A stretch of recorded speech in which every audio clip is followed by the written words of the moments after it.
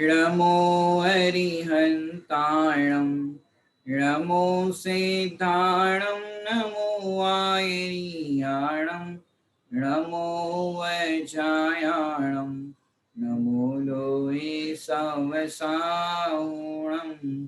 सतीर्थ वीर प्रभु का जग में प्रवर्ते निज तत्व बोध पाकर सब लोक हर्षे दुर्भावनान आवे मन में कदापि निर्विघ्न निर्विकारी आराधना प्रवर्ते। सच्चा जैन विषय पर हमारी चर्चा चल रही है, जिसमें अभी अब तक हमने 6 छंदों पर चर्चा की थी। पहले एक बार पाठ करते हैं, फिर आगे चर्चा को बढ़ाते हैं। ज्ञानी जैन उन्हीं को कहते आत्म तत्व निहारे,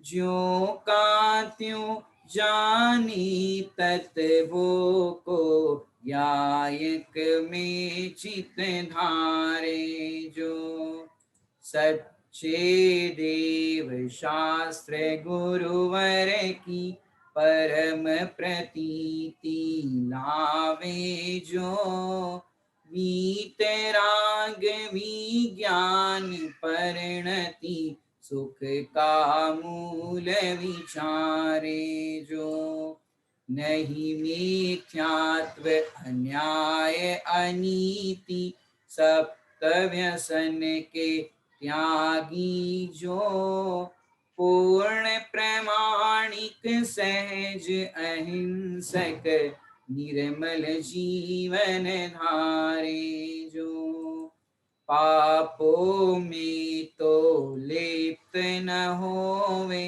पुण्य भलो नहीं माने, जो पर्याय को ही स्वभाव न जाने नहीं ध्रुव दृष्टि विसारे, जो भेद ज्ञान की निर्मल धारा अंतर माही बहावे, जो इष्ट अनिष्ट न कोई जग में निज मन माही विचारे, जो स्वानुभूति बिन परिणति सूनी राग जहर सम जाने, जो निज में ही स्थिरता का सम्यक पुरुषार्थ बढ़ावे, जो करता भोक्ता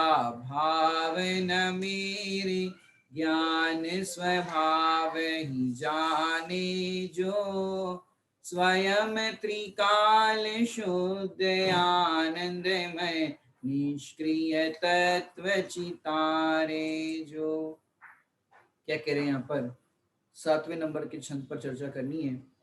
कर्ता भोक्ता भाव न मेरे ज्ञान स्वभाव ही जाने, जो सच्चे जैन की बात यहाँ पर चल रही है कि जो सच्चा जैन होता है वो कैसा होता है कि जिसके जीवन में कर्ता पने के और भोक्ता पने के भाव नहीं होते। चलो ज्ञानी के कर्ता भोक्ता पने के भाव नहीं होते, लेकिन अज्ञानी के तो होते हैं कि नहीं होते, या अज्ञानी के तो होते हैं। चलो ज्ञानी कर्ता भोक्ता मानता नहीं है अपने को, लेकिन कर्ता भोक्ता है कि नहीं है? बताओ, ज्ञानी कर्ता भोक्ता है कि नहीं है? कि ज्ञानी है वो कर्ता भोक्ता है नहीं और ना ही अपने को मानता है। ये बात तो चलो ज्ञानी के लिए समझ में आती है, लेकिन यहाँ पर अज्ञानी को अगर देखे कि जो मिथ्या दृष्टि है वो तो क्या मानता है अपने आप को कि मैं परद्रव्य का कर्ता हूँ, मैं परद्रव्य का भोक्ता हूँ। माने जितने ही कार्य होते हैं वो सारे कार्यों का कर्ता अपने आप को मानता है। इसकी चर्चा अपन ने पूर्व में भी कर्ता भोक्ता की बात बहुत की है। माने बाई रोटी नहीं बना सकती, हम दुकान वगैरह नहीं चला सकते, गाड़ी नहीं चला सकते, सब्जी नहीं बना सकते। माने जितने भी कार्य करने का आप अपने आप पर श्रेय डालते हो, तो कह रहे कर्ता भोक्ता मेरा भाव नहीं है, कर्ता पना ही मेरा भाव नहीं है। और फिर क्या लिख रहे हैं, ज्ञान स्वभाव ही जाने, जो कि मेरा स्वभाव कौन सा है कि मेरा स्वभाव तो मात्र जानना देखना है। अब जानना देखना मेरा स्वभाव है, लेकिन अपने आप को कैसा मानता है कि अपने आप को कर्ता भोक्ता मानता है। यहाँ पर कह रहे कर्ता भोक्ता मेरा स्वभाव ही नहीं है, कि तू अपने आप को जो स्वभाव नहीं है वो उस रूप मान रहा है, ये तेरी गलती है। और ये गलती कौन सी गलती है? मिथ्यात्व। मैंने कर्ता भोक्ता भाव न मेरे, कि कर्ता भोक्ता पने का मेरा भाव ही नहीं है। मैंने देखो कई बार आप लोगों को लगता होगा, आप लोग उस चीज को फेस भी करते हो, कि जैसे लड़के की शादी करनी है या लड़की की शादी करनी है, अपन इतने चक्कर काट लेते हैं रिश्ते के लिए कि भाई यहाँ बात चला दे वहां बात चलाए, लेकिन होती ही नहीं। अब नहीं योग होता तो नहीं होती है। अब फिर अपन सोचते कि अब रहने दो, अगले साल देखेंगे, अब ये साल तो शादी का सीजन गया, अब कोई बात नहीं है। अब होता क्या है कि जैसे अंतिम शादी की डेट कोई आ रही हो और उससे पहले ही चटमंगनी पट गया, और इतने टाइम से ढूंढ रहे थे तो हो नहीं रहा था, और अचानक ही मेल हो गया और इस तरह से हो गई शादी। माने लड़के की शादी नहीं हो रही हो, लड़की की शादी नहीं हो रही हो, अपन कितने ही प्रयास कर रहे हो, अब प्रयास कर रहे हैं तब तो कुछ हो नहीं रहा है, और जब नहीं कर रहे तब अपने आप में हो जाता है। मैंने कई बार चीज अपन प्लान बना के करने की सोचे, वो नहीं होती, और अपने आप बिना प्लान के हो जाता है कार्य। तो आत्मा को सच में बताए तो आत्मा का स्वभाव है वो मात्र जानना देखना है, कर्ता भोक्ता नहीं है। मैंने आपको बताया भोजन करने का तो स्वभाव मेरा नहीं है, भोजन बनाने का तो स्वभाव मेरा नहीं है, तो भोजन कौन करता है? कि भोजन राग करता है। और बंद किसको होता है? कि बंद भी राग को होता है, जो राग करता है उसको बंद होता है। और आत्मा को बंद हुआ ऐसा उपचार से कहा जाता है, लेकिन आत्मा को अब तक किसी ने बांधा नहीं है। कर्म है वो आत्मा से बंधे ऐसा कहने में आता है उपचार से, लेकिन कर्म आत्मा से नहीं बंधे, कर्म कर्म से बंधे। राग राग का परिणाम हुआ, ये मोह राग द्वेष के परिणाम जो हुए वो है भाव कर्म, और उसके निमित्त से जो कर्म बंधे वो है द्रव्य कर्म। तो भाव कर्म से द्रव्य कर्म बंधे, माने कर्म से कर्म बंधे, आत्मा से कर्म नहीं बंधे। माने आप लोग ने 5 भाव के नाम सुने होंगे। माने पारिणामिक भाव जो होता है, जो एक रूप रहने वाला भाव है, जो कभी भी बदलता नहीं है। जैसे हमने पूर्व में दृष्टांत भी आपको दिए थे कि सोने की डिजाइन बदलती रहती है, ऑर्नामेंट्स जो होते हैं वो बदलते रहते हैं, लेकिन सोना सोना रहता है, उसको कहते हैं ध्रुव। सोना नहीं बदलता, लेकिन उसके जो डिजाइन होते हैं वो बदलते हैं। तो सोने का जो रंग है, उसका वजन है, और जो कुछ भी उसके कंटेंट्स है, वो है उसका पारिणामिक भाव। मैंने देखो सोने का भाव अभी क्या चल रहा है? सोने का भाव तो बताएगा, सोने का भाव 50,000 चल रहा है। सोने का भाव कितना चल रहा है? 50,000 चल रहा है। 50 की 60, 50 के ऊपर ही जा रहा है, लेकिन कह रहे वो 50,000 है, वो सोने का भाव नहीं है। सोने का भाव तो क्या है? पीलापन, उसके अंदर जो वजन है, चिकनापन है, माने जो कभी बदलता नहीं है, वो सोने का भाव है। अब पहले 30,000 थे, अब 50 हो गए, 60 हो जाएंगे, लाख हो जाएंगे। पहले 2500 रुपए का सोना मिलता था। यानी नाना प्रकार के सोने के भाव बदलते रहते हैं, लेकिन सोने का जो मूल भाव है, जो है वो कभी नहीं बदलता, उसको कहते हैं ध्रुव भाव, जो कभी बदलता नहीं। तो उससे कहते हैं यहाँ की भाषा में पारिणामिक भाव। माने पारिणामिक भाव ध्रुव भाव है, ये 5 इंद्रियों का भी करता नहीं है, व्यापार धंधे का भी करता नहीं है। कौन? ये पारिणामिक भाव, ये ज्ञायक भाव, अपना आत्मा जो है वो इसका करता नहीं है। यहाँ तक भी कहे कि मोक्ष का करता भी आत्मा नहीं है। क्या कह रहे हैं? मोक्ष का कर्ता भी आत्मा नहीं है। तो कौन है भैया? मोक्ष का कर्ता भोक्ता भी आत्मा नहीं? कि हाँ, मोक्ष का कर्ता भोक्ता भी आत्मा नहीं है। मोक्ष तो तत्समय की योग्यता से होता है। कैसे होता है? मोक्ष करने से नहीं होता। कि हाँ, यदि मोक्ष करने से होता तो अब तक हमने मोक्ष की प्राप्ति कर ली होती। इसका अर्थ क्या हुआ? मोक्ष करने से नहीं होता, होने से होता है। जैसे आप देखो, तत्समय की योग्यता को आपको समझाने की कोशिश करते हैं। जैसे आपको एक दृष्टांत देते हैं कि कोई आदमी बीमार हो जाए, कोई प्रॉब्लम्स हो जाए स्वास्थ्य संबंधी, तो इसका इलाज आदमी करता है कि जानवर करता है? इंसान करता है कि जानवर करता है? इंसान करता है, बराबर। चलो यहाँ तक तो ठीक है। अब अनपढ़ करता है कि पढ़ा लिखा करता है? पढ़ा लिखा है।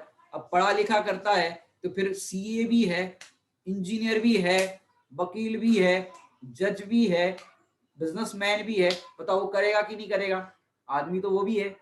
ये आदमी करता है, ये बात सही है, लेकिन आदमी मतलब ये इंजीनियर सीए ये नहीं, डॉक्टर करता है।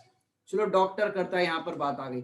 अब डॉक्टर के अंदर भी उसको आंख संबंधी कोई बीमारी हो या हार्ट संबंधी कोई बीमारी हो, अब समझो हार्ट संबंधी कोई बीमारी हो और वो आई स्पेशलिस्ट हो, बताओ वो करेगा कि नहीं करेगा डॉक्टर?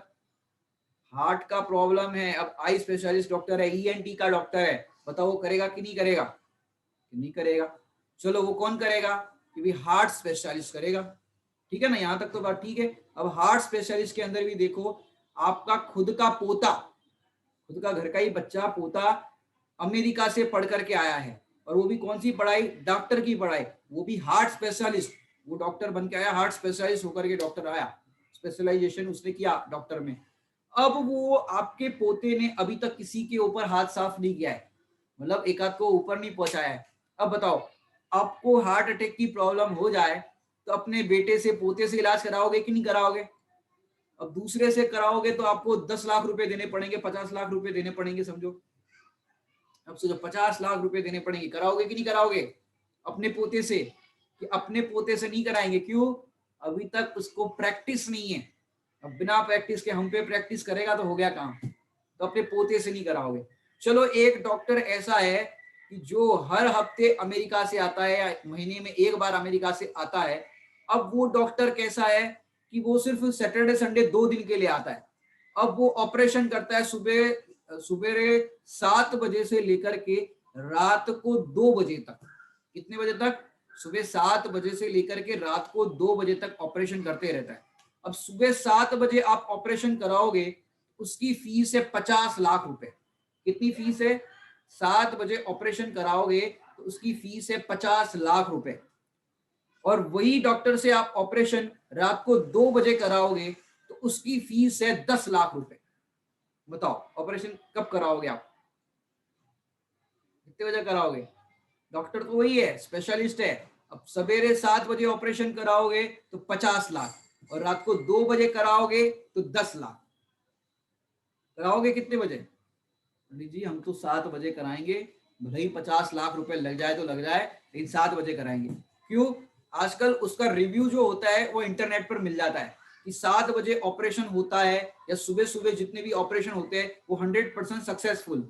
और रात को 12 बजे से 2 बजे का आपने रिव्यू देखा कि वो जो ऑपरेशन होता है वो 60% सक्सेसफुल होता है, 40% फेल हो जाता है। अब बताओ क्या करोगे? रात वाला नहीं कराएंगे, 12 से 2 बजे वाला, तो शाम को कराओगे कि नहीं कराओगे? कि शाम का भी आपने रिव्यू पढ़ा कि उसमें भी ऐसा है कि 70 to 80% सक्सेसफुल होता है, लेकिन 20% फेल हो जाता है। मैंने सुबह सुबह के आपने जितने भी ऑपरेशन देखे वो सारे सक्सेसफुल हो जाते हैं। अब बताओ कितने बजे कराओगे? ये सुबह सुबह कराएंगे। चलो सुबह सुबह भी आप कराने के लिए आप पहुंच गए कराने के लिए, और क्योंकि रात को 2 बजे ऑपरेशन करता है तो ऐसे करता है, चाकू लाओ काटते हैं जल्दी करो, मैंने इस तरह से वो कर रहे हैं। रात का ऑपरेशन तो आप उससे नहीं कराओ।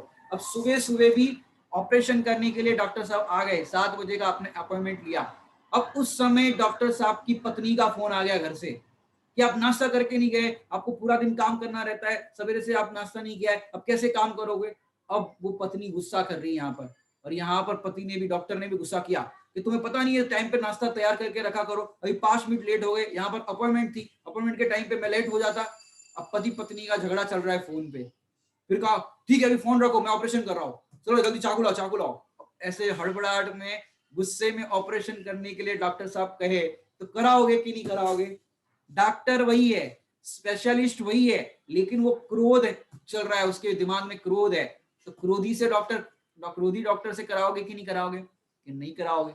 और मानी अपन ने कहा डॉक्टर साहब क्रोध मत करो, आप पहले थोड़ा रिलैक्स हो जाओ फिर ऑपरेशन करो। अरे मैंने इतने ऑपरेशन करे, मैंने इतना ऐसा किया है। अब मान कसाय में ऑपरेशन करेगा तो कराओगे कि नहीं कराओगे? ये नहीं डॉक्टर साहब एक बार आपने गुस्से में ऑपरेशन किया था, लेकिन एक बार एक जन तो ऊपर ही पहुंच गया था, आपने कसाई करते करते किया तो। अरे वो कभी कभी हो जाता है, अब मायाचारी कर रहा है डॉक्टर, कभी कभी हो जाता है, मैंने ऐसे गुस्से में करेगा तो बिगड़ेगा ही ऑपरेशन। अब मायाचारी कर रहा है तो मायाचारी करने वाले डॉक्टर से कराओगे कि नहीं कराओगे? तो नहीं कराओगे। और फिर आपका ऑपरेशन शुरू कर दे, बोले अब तो आपके 50 लाख की जगह पे 60 लाख लगेंगे, ये नली ब्लॉकेज हो गई है। अब आपने कहा ठीक है 10 लाख और दे देंगे, अरे नहीं नहीं ये भी ब्लॉक है। अब लो भी डॉक्टर से कराओगे कि नहीं कराओगे? इसको लगा कि भाई ये डॉक्टर तो बहुत ये कर रहा है। अब क्रोधी से, मानी से, मायाचारी से, लोभी से नहीं कराओगे।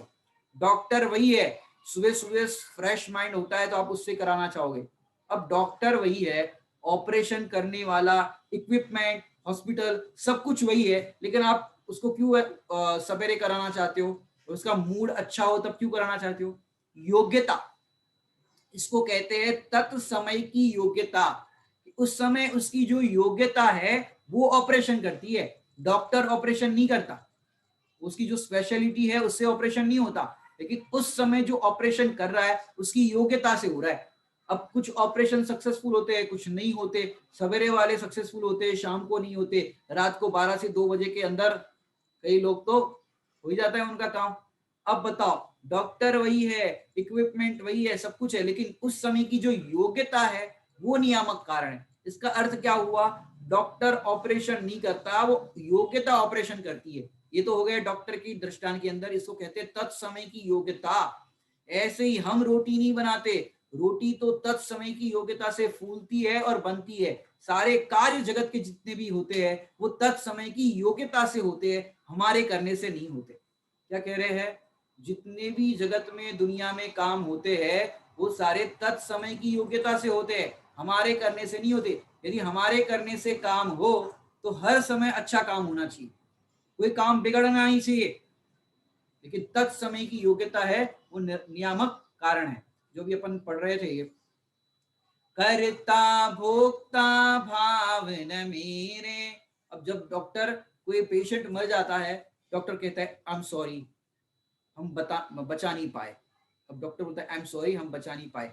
और जब ऑपरेशन करने डॉक्टर जाता है और जो पेशेंट के रिलेटिव्स या घर वाले होते हैं, डॉक्टर प्लीज इनको बचा लीजिए, डॉक्टर प्लीज बचा लीजिए, तो डॉक्टर क्या कहता है? अरे हाँ बचा लूंगा, ऐसे कहता है। I am trying to my level best, कि मैं, मेरे से जितना बन पड़ेगा उतना करूंगा। क्यों? तुम तो डॉक्टर हो, तुम तो अमेरिका से पढ़ के आए हो, तुम तो इतना सब कुछ जानते हो, तुम तो इतना फीस लेते हो, तुम बचा लो। भैया हम नहीं बचा सकते, I am trying to my level best. उस समय उस जी के बचने की योग्यता होगी तो हम बचाने में निमित्त बनेंगे। ये क्या बात हो गई बचाने में निमित्त बनोगे? फीस तो 50 लाख दोगे और वो तो पहले ले लेते हो, एडवांस ले लेते हो इतने, और फिर बाद में चुकाने पड़ते समझो जितने भी हो। तो देखो, सक्सेसफुल ऑपरेशन हो कि नहीं हो, डॉक्टर की फीस तो लगी जाती है। और तो और डॉक्टर पहले से ही लिखवा लेता है कि हमारी जिम्मेदारी नहीं कि हम इसको बचाएंगे कि मारेंगे। तो उसकी जैसी आयु गर्म होगा, और वो तो दुनिया में लोग में कह देते हैं भाई भगवान का भरोसा रखो, भगवान सब ठीक कर देगा। मैंने भगवान ऑपरेशन करते हैं कि डॉक्टर करते हैं? ना भगवान करते हैं ना डॉक्टर करते हैं। उस समय उसकी योग्यता होती है, वो ऑपरेशन करती है। और दूसरी बात, जो पेशेंट है उसके आयु कर्म के निषेध यदि है वो बचता है, नहीं तो मरता है।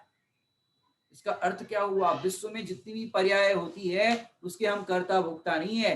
तो क्यों अपन ऐसे कर रहे हैं कि मैंने कार्य किया, मैं रोटी बनाता हूँ, मेरे जैसा कोई नहीं बना सकता, मेरे जैसा कोई काम नहीं कर सकता। आप देखो, जो लेखक होते हैं, जो काव्य रचनाएं लिखते हैं, उनसे कहो कि कविता बना के बताओ, वो ऐसे नहीं लिख सकते।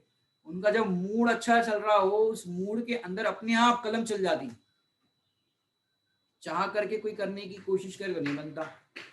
ये सब योग्यता नियामक कारण है, योग्यता से ये सब रचनाएं होती है, ये सब कार्य होता है। तो कर्ता ज्ञानी, सच्चा जैन किसको कहते हैं? कि सच्चा जैन उसे कहते हैं जिसको अपने में कर्ता भोक्तापना भाव नहीं लगता। मात्र ज्ञान स्वभाव ही जाने जो, कर्ता भोक्ता भाव न मेरे, ज्ञान स्वभाव ही जाने जो। अब मोक्ष की बात करें तो मोक्ष भी तत्समय की योग्यता से होता है। ये तो सोचो, आदिनाथ मुनिराज, बाहुबली भगवान और भरत चक्रवर्ती, वाले मैंने भरत चक्रवर्ती कह रहा, भरत भगवान। अब तीनों भगवान जो हुए, आदिनाथ मुनिराज को लगा 1000 वर्ष, बाहुबली भगवान को लगा 1 वर्ष, और भरत चक्रवर्ती माने भरत मुनिराज को लगा कितना? अंतर मुहूर्त 48 मिनट। अब मोक्ष की जो प्रोसेस है, एकाग्र चिंता निरोध ध्यान, अपने अंतर मुहूर्त के लिए 48 मिनट के लिए अपने आत्मा में लीन हो जाना। अब तीनों को पता था, लेकिन तीनों को अलग अलग टाइम क्यों लगा? वेरिएशन क्यों?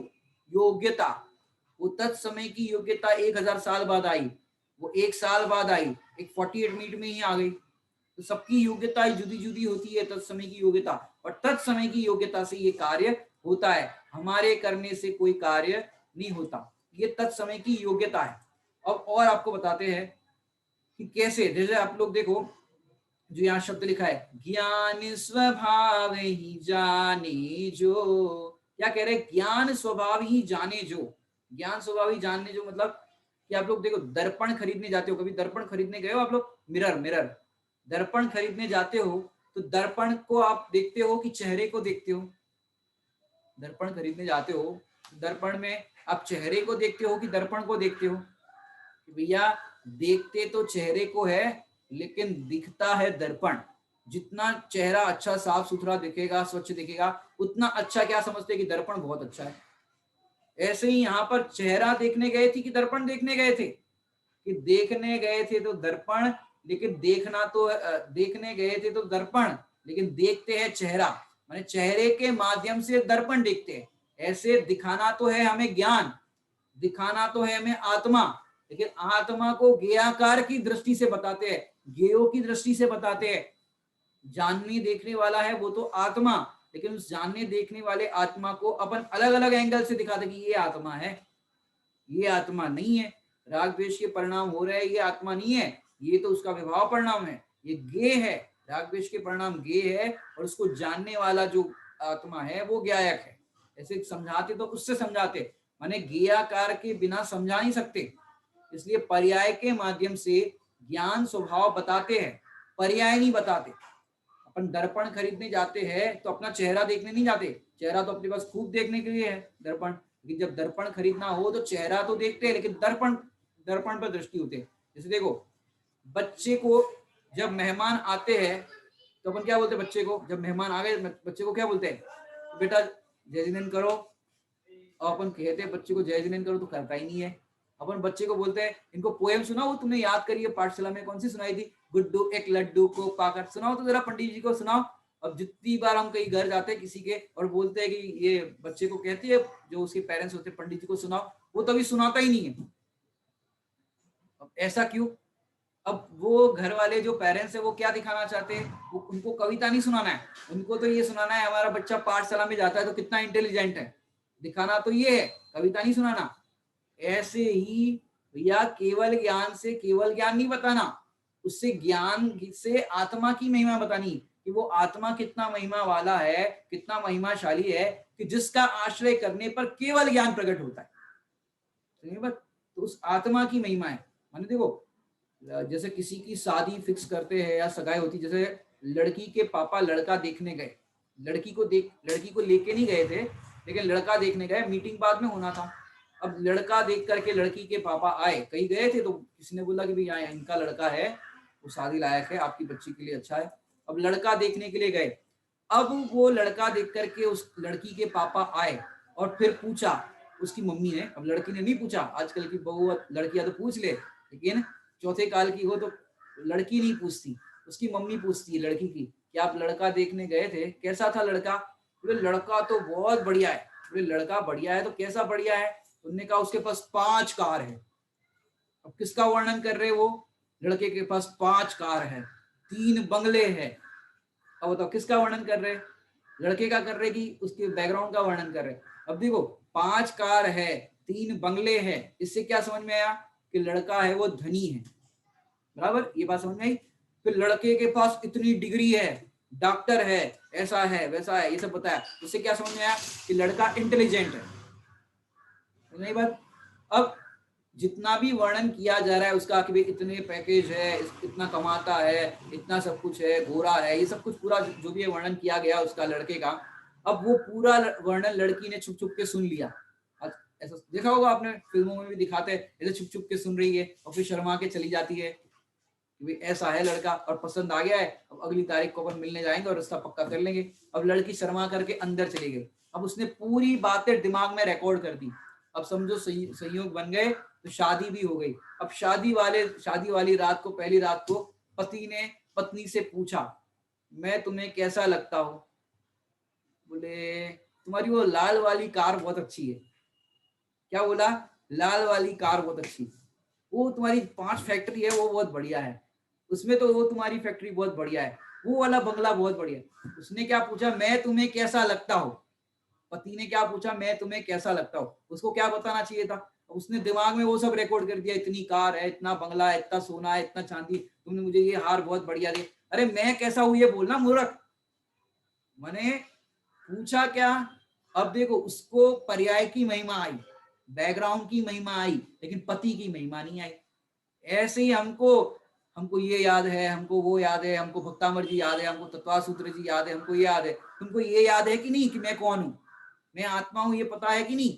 मैंने कर्ता भोक्ता भाव न मेरे, ज्ञान स्वभाव ही जाने जो। अपने आप को ज्ञान स्वभाव रूप अनुभव करते हैं और पर द्रव्य का कर्ता भोक्ता अनुभव नहीं करते।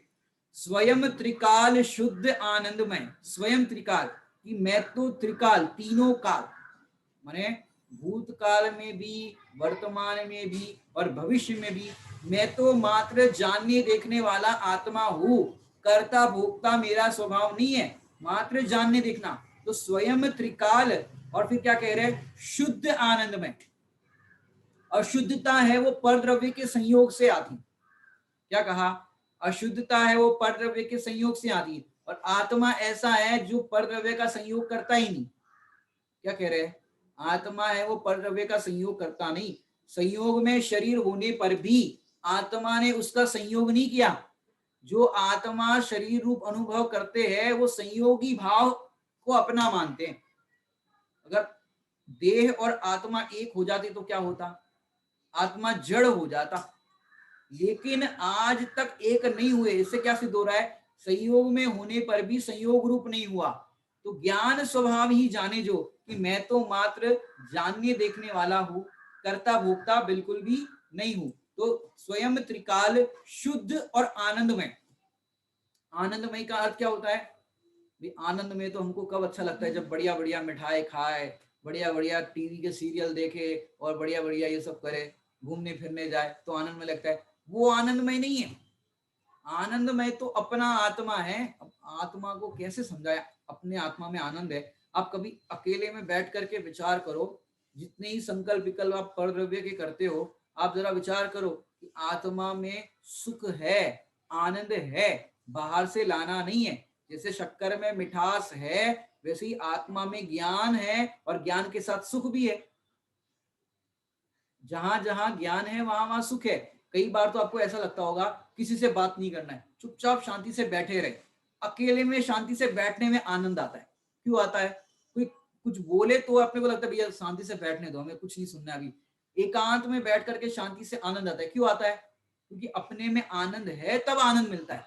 और जितने जितने आप पराश्रित आनंद लेने की कोशिश करते हो कि पर से आश्रय, पर का आश्रय करने पर से सुख की प्राप्ति करने पर, उतने उतने दुखी होते हो। मैंने देखो पराश्रय, मैंने देखो बहुत सुंदर बात आपको बताना चाहूंगा कि जितने भी जीव पर का आश्रय करके सुखी होना चाहते हैं, उतने जीव दुखी होते हैं। और पर का आश्रय छोड़ दो और अकेले में बैठ जाओ, आनंद करो, कितना आनंद आएगा देखो। क्योंकि सुख और आनंद अपने से झरता है। आनंद के झरने झरते प्रदेशों में। आप सोचो, मुनिराज जो होते हैं उनके पास ना वस्त्र है, ना बंगला है, ना गाड़ी है, ना पत्नी है, ना बच्चे है। अब काय का आनंद आता होगा सोचो। देखो जितने संयोग है और जितने आपको विकल्प है उतना दुख है। अब जरा सा सामयिक करने बैठो, जरा स्वाध्याय करने बैठो, और बच्चे खेल रहे हो आपस में और जोर से धड़ाम करके आवाज आए, अब बताओ स्वाध्याय कर पाओगे? अरे कौन गिरा, क्या हुआ, किसको गिरा, किसको लगी तो नहीं? अब कितना आपको विकल्प होते हैं। बच्चे मेरे तो विकल्प, पत्नी मेरी तो विकल्प, पति मेरे तो विकल्प, घर में। अब घर, आप घर पे आने, अभी तो मंदिर सब जगह धीरे धीरे खुलने लग गए हैं, प्रवचन सभा लग नहीं रही होगी, लेकिन आप सोचो कि जब प्रवचन में जाते हो, पूजा पाठ करने जाते हो और घर को ताला लगा करके आप निकले, और कई बार आपको डाउट होता है मैंने ताला लगाया कि नहीं लगाया, लॉक प्रॉपर लगाया था कि नहीं लगाया था। अब आप डाउट में हो कि लगाया कि नहीं लगाया। आप बताओ पूजा कर पाओगे कि नहीं कर पाओगे? कि फटाफट जल्दी चावल चढ़ाए और जल्दी से आ गए कि लॉक लगा है कि नहीं लगाया। अब देखो घर है तो घर का कितना विकल्प, संयोग होगा कितना विकल्प, ताला लगा कि नहीं लगा, कोई आ जाएगा तो, पड़ोस के मोहल्ले में चोरी हुई थी हमारे यहाँ हो गई तो, कितने विकल्प। यहाँ कह रहे कर्ता भोक्ता भावना मेरे, ज्ञान स्वभाव ही जाने जो, स्वयं त्रिकाल शुद्ध आनंदमय कि मैं तो तीनों काल शुद्ध हूं और आनंदमय हूं। निष्क्रिय तत्व चितारे जो, निष्क्रिय मतलब पर्याय है वो सक्रिय है, पर्याय है वो सक्रिय है। सक्रिय मतलब पर्याय है वो परिणमन होती है इसलिए सक्रिय है। और भगवान आत्मा है वो परिणमते हुए भी अपरिणमता है, वो बदलता नहीं है इसलिए निष्क्रिय है। समझ आई कि नहीं आई बात? पर्याय जो होती है हर समय, अनंत गुण है अपने में। अब अनंत गुणों का परिणमन होता रहता है। अब अनंत गुणों का परिणमन होता है तो परिणमन हो रहा है, ये क्या हो रहा है, सक्रिय, माने पर्याय एक्टिव होती है, हर समय बदलती रहती है।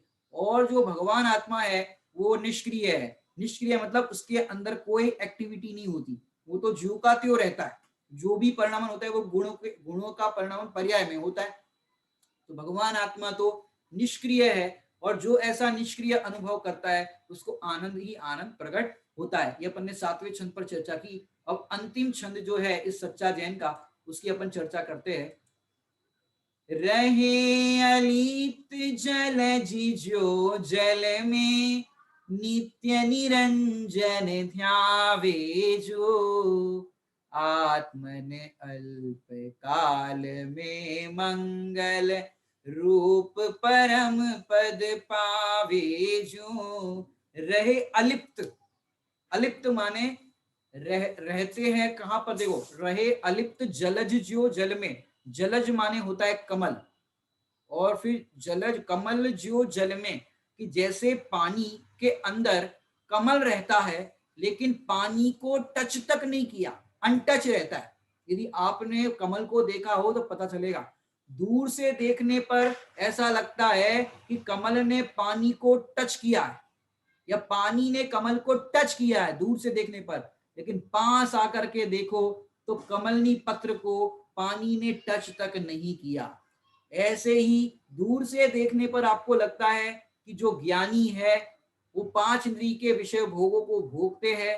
जैसे प्रसिद्ध दृष्टांत आपको बताए, चक्रवर्ती का आप वैभव का वर्णन सुनते हो तो लगता है भाई चक्रवर्ती का इतना ठाठ बाट, 96,000 रानियां, इतने राजपाट के वैभव, इतना सब कुछ, और इसमें आनंद कर रहे होंगे, भोग कर रहे होंगे। लेकिन भैया ज्ञानी इस भोग सामग्री के बीच में रह करके भी कैसे रहते हैं, उससे अलिप्त रहते हैं, उसको छूते तक नहीं, छूते तक नहीं का आप समझना कि वो पर द्रव्य को अपना नहीं मानते, पर द्रव्य का कर्ता भोक्ता अनुभव नहीं करते, पर द्रव्य से अपने आप को भिन्न अनुभव करते। आत्मा है वो पुद्गल का भोक्ता नहीं है। यदि आत्मा पुद्गल को भोगे तो आत्मा को पुद्गल होना पड़े। मैंने दूर से देखने पर तो ज्ञानी लगते हैं कि भी महलों में रह रहे हैं, इतना सब खान पान, इतना सब 5 नदी के विषय भोग, लेकिन भैया आज तक टच तक नहीं किया। ज्ञानी ने तो नहीं किया, अज्ञानी ने तक टच नहीं किया। मेरी बात माने, हो तुम कौन, आत्मा ने पर द्रव्य को कभी टच तक नहीं किया। तो रहे अलिप्त, लिप्त माने क्या, लिपटा हुआ, उसके साथ अटैच, और रहे अलिप्त कि उसके साथ अटैचमेंट ही नहीं है। पानी के अंदर कमल रहता है फिर भी उससे अटैच नहीं है, उससे डिटैच है। तो ज्ञानियों के पास ऐसी क्या कला प्रकट हो गई है कि वो घर में रहने पर भी घर से डिटैच है। क्या कह रहे हैं, ज्ञानी घर में रहने पर भी डिटैच है। अगर डिटैच नहीं होते तो भरत चक्रवर्ती एक झटके में 96,000 रानियां, 6 खंड का वैभव कैसे छोड़ करके जाते। सोचो, एक एक करके नहीं छोड़ा, एक साथ सबको, राजपाट के वैभव को सब कुछ एक साथ छोड़ दिया। क्यों, वो पहले से अपने अंदर में डिटैच अनुभव करते थे, तब वो जाकर के छोड़ पाए। माने पहले अंतरंग में भेद विज्ञान चलता है। आप देखो, कोई भी नियम लेना हो आपको, पहले अंदर में भेद विज्ञान चलता है आपको, ले कि नहीं ले, चलो ले लेते हैं, चलो नहीं लेते हैं, लेते हैं नहीं लेते, ये सब चलता रहता है। और फिर जब अंदर में निर्णय होता है कि ले ही लेते हैं, जब आपको इतना सा अंदर में प्रकट हो जाता है कि निर्णय की हाँ ले लेते हैं, उसके बाद आपने डिटैच हो गए उससे, और डिटैच होने के बाद आपको फिर वो निर्णय हो जाता है।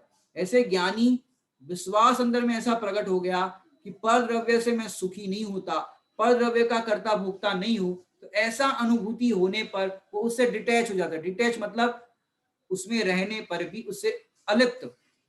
जो अपन ने पिछली कक्षा में मैंने आपको सुनाया था, ज्ञानी घर में रहे या वन में रहे, भोग उनको सुहाने लगते नहीं। क्या कहा, ज्ञानी घर में रहे या वन में रहे, भोग उनको सुहाने लगते नहीं।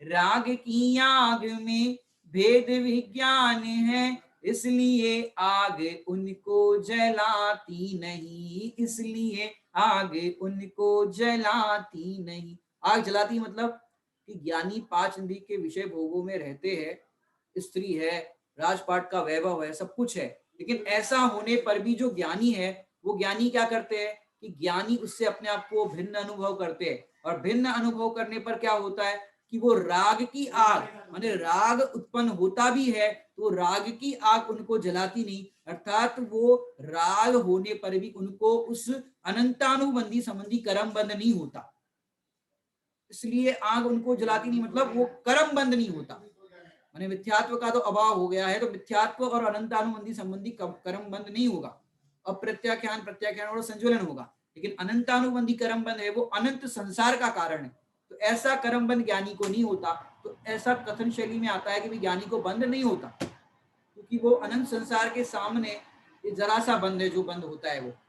तो ज्ञानी ऐसे अलिप्त रहते हैं, माने आप समझो कैसे रहते होंगे, जैसे आप देखो देवरानी और जेठानी जॉइंट फैमिली में रहते हो, अब मेल जोल बराबर जम नहीं रहा हो, या समझो सास और बहू अब अंदर में जम नहीं रही हो, तो वो सब काम करते हुए दिखाई तो देते हैं, और पति से सब बात हो गई है कि अब काम करते हैं, अगले हफ्ते या अगले महीने 2 महीने बाद अपन अगला नया घर ले लेंगे, वहां शिफ्ट हो जाएंगे, अभी तुम शांति से रहो, अभी झगड़ा मत करो, अपने को 2 महीने अभी रहना पड़ेगा, मेरा लोन पास हो जाएगा तो फिर अपन वहां ले लेंगे। अब समझे ऐसी बात हो गई, देवरानी जेठानी समझ लो या सास बहू समझ लो, हम अलग करने के लिए बात नहीं कह रहे, हम तो ये कह रहे हैं साथ में रहो, साथ में रह करके भेद विज्ञान करो। लेकिन यहाँ दृष्टांत में हम क्या कहना चाहते हैं कि अब अंतरंग में ये पक्का हो गया कि 2 महीने बाद शिफ्ट होना है, अब वो 2 महीने तक रहेंगे तो कैसे रहेंगे, चाहे सास के साथ रहो या देवरानी जेठानी रहो, वो पहले जैसे नॉर्मल एज इट इज रहेंगे, लेकिन अंदर से अटैचमेंट टूट गया, चलो कोई बात नहीं, 1 महीने की बात है, कौन झगड़ा करे, अब थोड़ा काम मैं कर लूं या ज्यादा कर लूं क्या फर्क पड़ता है, 1 महीने 2 महीने की बात है, फिर तो अपन अलग ही हो रहे हैं, अब 2 महीने बोल करके क्यों बिगाड़े, ठीक है भाई 2 काम ज्यादा कर लो।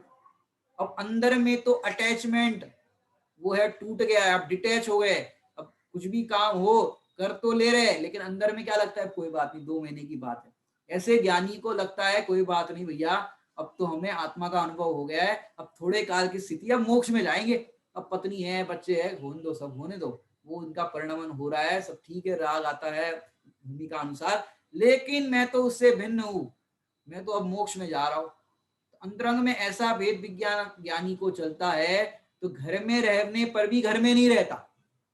जैसे आपको बहुत सुंदर दृष्टांत देकर के समझाओ, अलिप्त का दृष्टांत समझाता हूँ। जैसे सगाई हो गई लड़की की, मैंने सगाई होने के बाद क्या होता है कि ससुराल के अंदर फायदा हो, ससुराल के अंदर माने जहां पर शादी होनी है, अभी तो रह रही है पियर में, ससुराल के अंदर पति को फायदा हो तो वो लड़की यहाँ प्रसन्न हो जाती, पीहर में रह रही ना लड़की यहाँ प्रसन्न हो जाती, बराबर, और वहां पति को नुकसान हो तो लड़की दुखी हो जाती। अब रह रही है पीहर में और दृष्टि कहां पर है, ससुराल में। अब समझो भाई का जिस घर में रह रही है वो भाई का 1 लाख रुपए का नुकसान हो गया, और वहां जो पति उसका होने वाला है उसका 10,000 का फायदा हो गया। अब यहाँ 1 लाख का फायदा हुआ, घर में सब लोग खुशियां मना रहे हैं कि आज तो 1 लाख का फायदा हो गया, चलो अच्छी बात है, अपन शादी में पैसे जोड़ने हैं तो और अपने को अच्छा हो गया, 1 लाख का फायदा हो गया, उन्हें घर के सारे मेंबर प्रसन्न है, और जो लड़की है वो दुखी है, उनको 10,000 का नुकसान हो गया, बेचारे अभी अभी इन्वेस्ट किया था, अभी नया नया बिजनेस जमाया है, अब सोचो 10,000 का नुकसान हुआ तो वो यहाँ दुखी हो रही, और वहां समझो 10,000 का फायदा हुआ, और यहाँ अपने भैया को 1 लाख का नुकसान हुआ तो वहां 10,000 के फायदे में प्रसन्न हो रही है, और यहाँ भैया का 1 लाख का नुकसान हुआ तो सारे लोग टेंशन में, बेटा अब क्या करेंगे, 1 लाख का नुकसान हो गया। अब वो प्रसन्न है, उसको सब पूछ रहे, घर वाले मम्मी पूछ रही है कि भाई तेरे भाई का 1 लाख का नुकसान हो गया और तेरे को दुख नहीं हो रहा है, बोले देखो अपनी अपनी चलाते रहते, उनसे पूछते, बेबी तो शेयर मार्केट में इन्वेस्ट कर रहे, उनका तो 10,000 का फायदा हुआ, और ये पूछते ही नहीं है इनका 1 लाख का नुकसान हो गया। अब ये भी मत समझना शेयर मार्केट के लिए हम मोटिव कर रहे हैं, ये तो दृष्टांत है, माने देखो वहां पर पति का फायदा होता है 10,000 का तो यहाँ प्रसन्न हो रही है, घर में भाई का 1 लाख का नुकसान हो रहा है तो दुखी हो रही है। अब समझाना क्या है कि वो रहती है पीहर में लेकिन जीती है ससुराल में, समझ रही बात, दृष्टि से भावों से जीती है ससुराल में, और रहती है खाती है पीती है सोती है वो पियर में। ऐसे ही ज्ञानी रहते हैं संसार में लेकिन जीते हैं मोक्ष में, सिद्धालय में उनकी बाबूजी युगल जी साहब तो कहते हैं उनकी परिणतियां सिद्धालय को छूती है। ज्ञानी की जो परिणति है वो सिद्धालय को स्पर्श करती है कि हम तो बस अब सिद्धालय में आ रहे हैं, अभी भले ही दिख रहे हैं यहाँ पर, लेकिन उनको आनंद वहां का दिखता है। तो क्या कह रहे हैं, संसार में रहने पर भी संसार से भिन्न अनुभव करते रहे, अलिप्त जल जिजो जल में नित्य निरंजन ध्यावे जो। नित्य माने हर समय ऐसा भेद विज्ञान करते हैं, हर समय निरंजन माने अंजन नहीं है, जो कर्मों से रहित है, निरंजन माने कर्मों से रहित है, उसको ध्याते हैं, उसका अनुभव करते हैं। फिर अंत में 2 लाइन पंक्ति में क्या आ रही है, मैंने बड़ी पंडित साहब जिनका नाम आप पढ़ ही रहे होंगे नीचे, बाल ब्रह्मचारी रविंद्र जी आत्मन, तो वो अपनी हर एक रचनाओं के अंदर एक सिंबॉलिक कहा जाता है या एक लक्षण रूप में जानने के लिए आत्मन शब्द से, या तो दूसरी भाषा में कहे तो जितनी भी रचनाओं की रचना हुई है वो रचनाएं उन्होंने स्वयं के लिए लिखी है, दूसरों के लिए नहीं लिखी। माने हर रचनाओं के अंत में आपको आत्मन शब्द दिखेगा बड़े पंडित साहब की रचना में। तो आत्मन का अर्थ क्या है कि वो अपने, हेलो आवाज आ रही है, हेलो हेलो हेलो ओके। ये रचना बाल ब्रह्मचारी रविंद्र जी आत्मन बड़े पंडित साहब की है।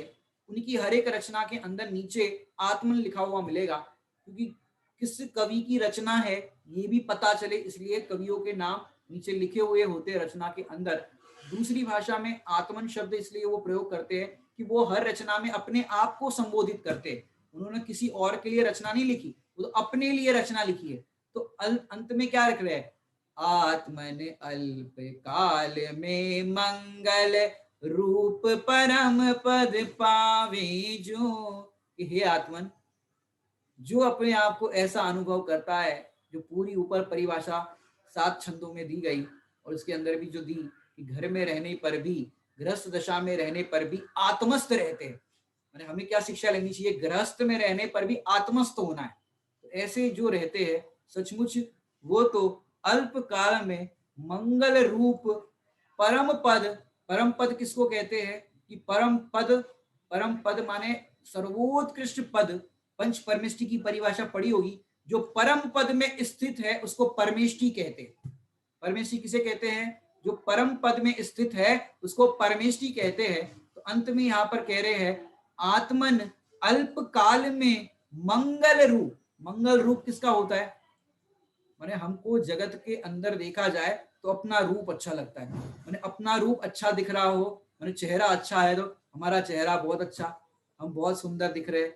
लेकिन यहाँ पर कह रहे ये सुंदरता नहीं है, दर्पण के सामने देखते हो चेहरा तो लगता है हम तो बहुत बढ़िया दिख रहे हैं, सुंदर दिख रहे हैं, भैया ये सुंदरता नहीं है। वो चेहरा क्या देखे दर्पण में, वो चेहरा क्या देखे दर्पण में, माने ज्ञानी अपने आप को आप रूप अनुभव करते हैं तो ज्ञानी को चाहे जैसी परिस्थिति बन जाए, शरीर के अंदर बुढ़ापा आता है तो झुर्रियां पड़ जाती, तो ज्ञानियों को वैराग्य आ जाता है, सफेद बाल निकल आता है तो वैराग्य आ जाता है, आता है कि नहीं आता ज्ञानियों को। तो ऐसे ज्ञानियों को एक एक प्रसंग बनते हैं तो वैराग्य के निमित्त बनते हैं।